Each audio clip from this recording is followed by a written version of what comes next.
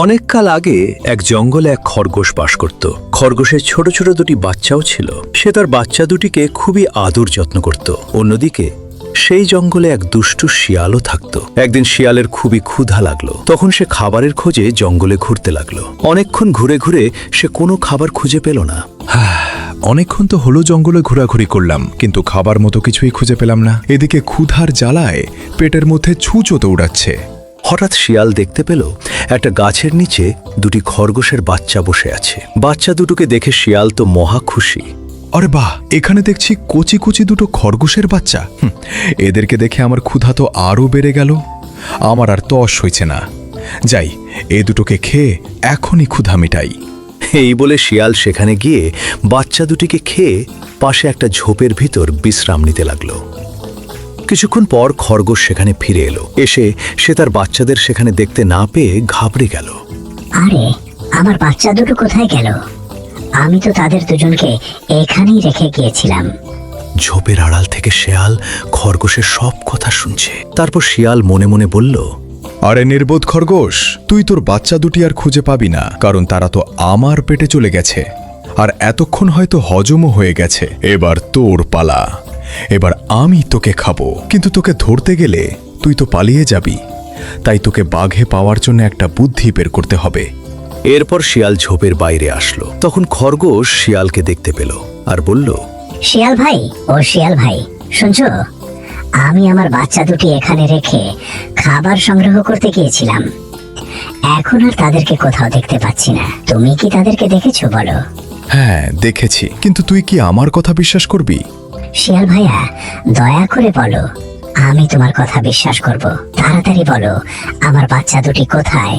তোর বাচ্চা দুটিকে বনের রাজা সিংহ ধরে নিয়ে গেছেন, আর যাওয়ার সময় আমাকে বলে গিয়েছেন, তুই যদি তোর বাচ্চাদের ফিরে পেতে চাস তাহলে আমার সাথে উনি তোকে তার ওখানে নিয়ে যেতে বলেছেন।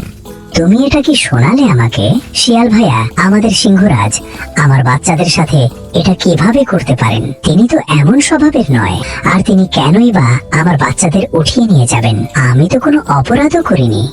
সেটা বাপু আমি বলতে পারবো না। উনি আমাকে যা বলে গিয়েছেন আমি তোকে তাই বললাম। তোর ইচ্ছা হলে যাবি, ইচ্ছা না হলে যাবি না। তবে আমার মনে হয় তুই যদি উনার ওখানে না যাস তাহলে তুই তোর বাচ্চা দুটি আর কখনোই ফিরে পাবি না। না না শিয়াল ভাই, আমি তোমার সাথেই যাব। শিয়াল তখন খুবই খুশি হলো আর মনে মনে বলল, এই তো আমার বুদ্ধিটা কাজে দিয়েছে। আয় আয়, এবার আমার কাছে আয়। তারপর তোকে ধরে মজা করে চিবিয়ে খাবো, যেভাবে তোর বাচ্চা দুটিকে খেয়েছিলাম।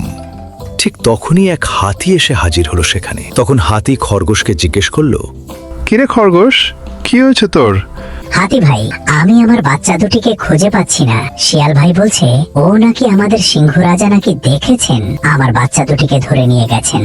আর আমার বাচ্চা দুটিকে ফিরে পেতে হলে শিয়াল ভাইয়ের সঙ্গে নাকি ওনার কাছে যেতে হবে। বিশ্বাস করো হাতি ভাই, আমি কোনো অপরাধ করিনি।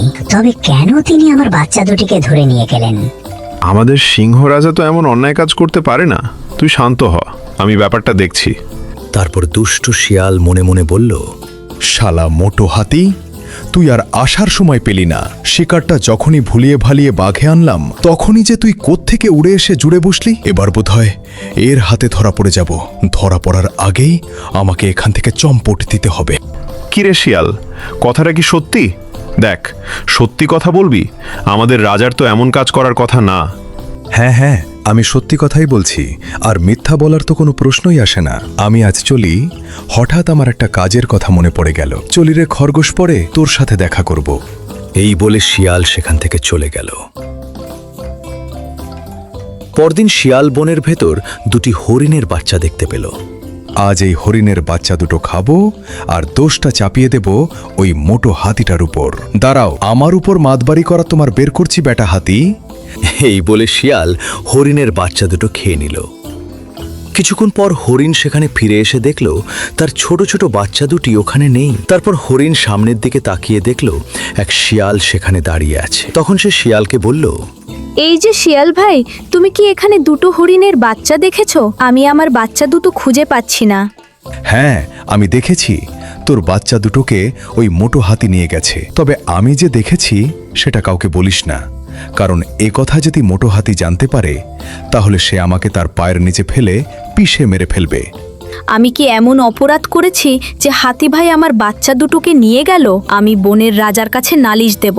তারপর শিয়াল মনে মনে বলল, এবার বুঝবে মুঠো আমার সাথে মাতবাড়ি করা। এরপর বনের রাজা সিংহ হাতিকে ডেকে আনলেন।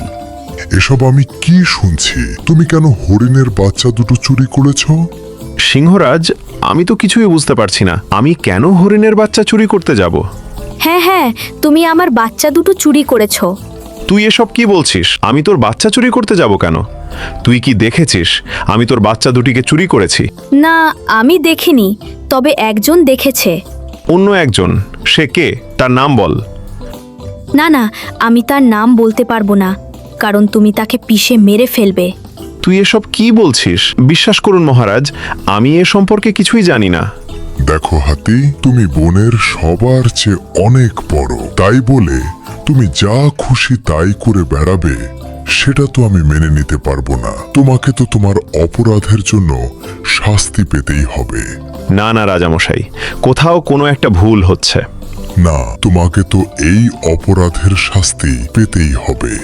ঠিক আছে, আমি যদি সত্যি এটা করে থাকি তাহলে আপনি আমাকে যে শাস্তি দেবেন তা আমি মাথা পেতে নেব। তবে আমাকে শাস্তি দেওয়ার আগে আপনাকে শাস্তি পেতে হবে। কি বলছো তুমি? তোমার কি মাথা খারাপ হলো নাকি? আমাকে কেন শাস্তি পেতে হবে? আমার অপরাধ কি?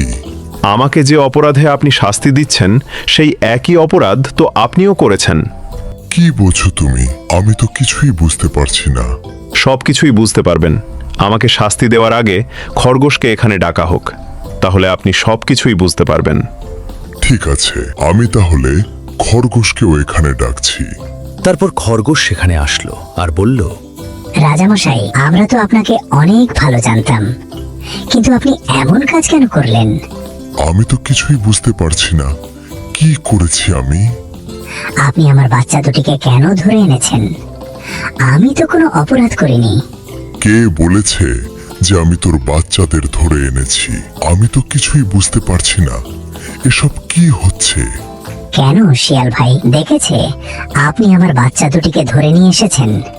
এবার নিশ্চয়ই বুঝতে পেরেছেন রাজামশাই, সবই শিয়ালের কারসাজি ও খরগোশের বাচ্চাদের খেয়ে আপনার উপর দোষ চাপিয়ে দিয়েছে, আর হরিণের বাচ্চা দুটি খেয়ে সেই দোষ আমার উপর চাপিয়ে দিয়েছে।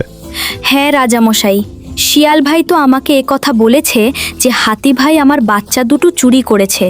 তাহলে ও আমার বাচ্চাদের খেয়ে ফেলেছে। রাজামশাই, আমরা এই নিষ্ঠ শিয়ালের কঠিন শাস্তি চাই।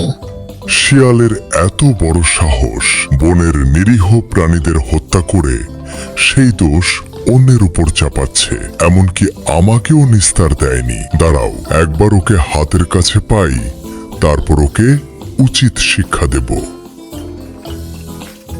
পরদিন খরগোশ শিয়ালের ওখানে গেল। শিয়াল ভাই, চলো রাজামশাইয়ের কাছে আমি আমার বাচ্চাদের ফিরিয়ে আনতে যাব। আরে এত দেখছি মেঘ না চাইতে বৃষ্টি। আরে বোকা খরগোশ, আমি তো তোর বাচ্চাদের খেয়ে ফেলেছি, আর সেই দোষ সিংহের উপর চাপিয়ে দিয়েছি, কারণ সেদিন আমি তোকেও খেতে চেয়েছিলাম, কিন্তু এই মোটো হাতিটার জন্য পারিনি, তাই ওরও একটা ব্যবস্থা করেছি। এতক্ষণে মনে হয় ওই মোটোটা উচিত শিক্ষা পেয়েছে। জাগে সেসব কথা, এখন আমি তোকে মজা করে চিবিয়ে খাবো। সেই সুযোগ আর তুই পাবি না, ধূর্ত শিয়াল। আরে রাজামশাই, আপনি এখানে? শুধু আমি নই, বাকিরাও এখানে আছে। তোর এত বড় সাহস, তুই বনের নিরীহ প্রাণীদের হত্যা করছিস, আর সেই দোষ অন্যের উপর চাপিয়ে দিচ্ছিস, এমনকি আমাকেও ছাড়িসনি। আমি ভুল করে ফেলেছি রাজামশাই, আমাকে মাফ করে দিন। তোর এই ভুলের কোনো ক্ষমা নেই, তোকে তো এই অপরাধের শাস্তি পেতেই হবে। আর এভাবেই ধূর্ত শিয়াল তার অপরাধের কঠিন শাস্তি পেল। আল্লাহ